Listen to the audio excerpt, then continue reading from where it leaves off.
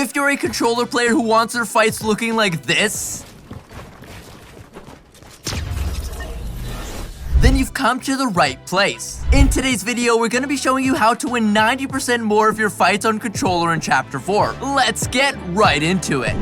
Although I'm sure that the majority of you guys watching this video are familiar with piece control, a lot of you still aren't using counter piece control. Counter piece control is basically any building piece you place to prevent yourself from getting piece controlled if an opponent were to place it first. Something like placing a cone beneath your feet as you attack an opponent's box would be very basic counter piece control, while piece control traps to full box your opponent would be more on the advanced side. To give you a better idea on how the pros use it, let's take a look at some arena fights from G-Money. In this first clip, the fight starts with both players ramping towards each other for high ground. Once they meet in the middle and G-Money manages to claim the center wall, he shows why not rushing your edits is so important. Instead of 50-50ing a wall edit for a quick shot, he places a day cone. This completely stalls the opponent, giving G-Money the time he needs to wrap around and attack from another angle. Notice how he's placing tons of counter piece control as he wraps around? These pieces prevent the opponent from protecting himself and ensure the easy finish for G-Money. This next clip is the perfect example of how counter piece control can be so effective. Without even taking any damage, his opponent decides to run away into the house. Instead of brainlessly chasing him into his death, G-Money places counter piece control as he follows his path. Just look at this. He quite literally places every possible piece in front of him on his way towards the door in case his opponent makes a bold counterplay. It doesn't stop outside either. As soon as he walks through the door, G-Money completely traps the opponent in the corner by placing 3 cones, one at each potential escape point. His first actual piece control play is made by facing a ramp into the opponent's box. From here, his core box fighting skills allows him to finish the fight in seconds. If you're serious about improving, head over to ProGuides.com where you can access all of our courses and bootcamp content for just $7.99. And if personalized coaching is more your speed, you'll get 10% off any session with any of our pros. One of the biggest setbacks for aspiring controller players is a lack of confidence. If you're not confident going into a fight, you've already lost the fight before it started. As silly as it may sound, advanced players can tell how good a player is in the first few seconds of a fight just by how they choose to engage. If an opponent is tagged once and immediately starts to frantically build and run away, the player will know that they are nervous and likely not a very good fighter, giving them the incentive to pressure them even more. Even if you'd consider yourself to be more on the weak side when it comes to fighting, you should still be approaching your fights like you just won the World Cup. And no, we don't mean jump in everyone's face with your SMG looking for a quick kill. But if a player makes an advance towards you looking for a fight, don't hold back. Be aggressive and hold your ground. Even if you don't deal a ton of damage, you're showing that you're confident enough to engage in any fight thrown your way. If someone's doing some serious W-king, they're gonna want to finish fights as quickly as possible. These players will oftentimes just disengage and look for a new victim if you're making it too difficult for them. In this clip, G-Money is in a one-on-one standoff for the victory royale. Instead of playing it safe and boxing up when the opponent ramps out for height, he accepts the challenge. He ramps out on a towel with full protection before throwing out a reverse triple edit. The reverse triple edit is a move that's been blowing up lately. It's a both protected and unexpected way to change your direction.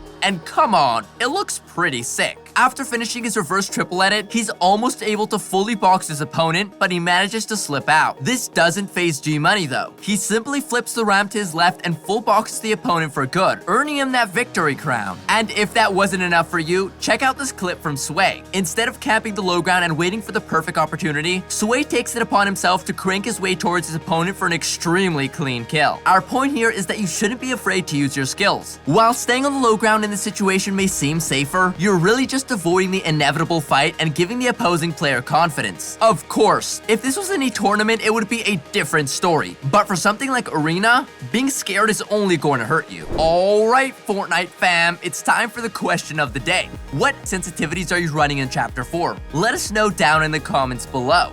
Even though controller is notorious for being broken when it comes to aim assist, that doesn't mean you should just be hopping in every opponent's box when fighting. You need to stick to the basics and abuse that right hand peek whenever you can. You just saw how G-Money hugged his wall for the perfect shot lineup, allowing him to take no damage. So now let's take a look at some more clips of flawless angle execution. This first clip is once again from G-Money. He finds himself in a typical box fighting scenario and decides to play off his opponent's moves. Right as the player opens up an edit for a shot, G G-Money protects himself with a cone and floor. He immediately takes advantage of the angle he just created for himself and lands a nice shield crack. He then jumps up, completely reads the opponent's play, and pre-boxes the towel from above for an easy finish. Take a look at this clip from FaZe Sway. He starts by approaching the opponent's box on foot and makes a very basic wall take attempt to see how skilled the player really is. After getting punished through a window edit, Sway takes a step back and uses his half-edited ramp for protection as he replaces the wall. Notice how he didn't make any unnecessary wide edit? Not only is the window edit more protected, it's also a lot faster, especially for controller players. His crosshair literally doesn't move at all as he takes the wall and places a cone in the opponent's box. Since Sway knows that the opponent is relatively weak, he finishes the fight off with some sloppy spraying. He definitely could have waited and reloaded his shotgun, but when you're one of the best fighters in the world, you're confident enough to win that play. While our main focus on this clip was the angle Sway took, I want you guys to realize how proper crosshair placement and especially window edits can take you to the next level when you're playing on a controller. This wasn't just a fluke either. Later in the same game, Sway's crosshair placement helps him win another fight. He baits his opponent into a piece control trap by phasing a ramp into his box, giving him an easy shield crack to start the fight. Do you notice how he's not flicking his crosshair all over the place to claim the box? He makes a middle window edit and places two cones all in one swift motion. To finish the opponent off, Sway sticks to the basic wall take peanut butter edit. What's unique here is the way in which he edits. Instead of starting from the bottom and moving his crosshair up, Sway does the opposite. This leaves his crosshair in a more optimal position to take his shot and avoids any unnecessary tracking. Even if you utilize all the tips and tricks we went over, it won't mean anything if your controller settings are unoptimal. Binds, sensitivity, and dead zone all play a major role in how successful you can be when fighting. If you've been wanting to make a settings change, go ahead and check out our Chapter 4 controller settings guide to give you an idea of what your settings should look like. While there's nothing too crazy about this clip, it shows how playing on an optimal dead zone and sensitivity can allow you to flick like a keyboard and mouse player. After claiming the wall and ramp in front of his opponent, G-Money goes for an edit play and misses. However, he immediately replaces the ramp with a cone, hugs his right hand angle, and lands an absolutely nasty max damage headshot. If you didn't already know that G-Money was on a controller, you'd definitely assume that he's a keyboard and mouse pro. The way his crosshair snaps onto the opponent's head just doesn't look like he's aiming with a joystick. Just because you're using a controller doesn't mean you have to look like you are. There are tons of controller players who can easily be mistaken for keyboard and mouse players. They've simply found the most optimal sensitivity for themselves and master their joystick control. You can 100% pull this off yourself. You just need to figure out what dead zone and look sensitivity works best for your controller. Well, that wraps things up for today, Fortnite fam. Did you enjoy the video? Be sure to leave a like and ring that bell to stay up to date with all the latest and greatest tips and tricks we have to offer. Also, feel free to leave a comment and let us know if there's anything you would be interested in learning more about. Remember guys, while you may think that playing on controller is holding you back, you can always improve. Utilize the tips and tricks we went over in this video and get ready to dominate your competition this chapter. Once again, my name is Galvanize and I'll see you in our next video here at ProGuides.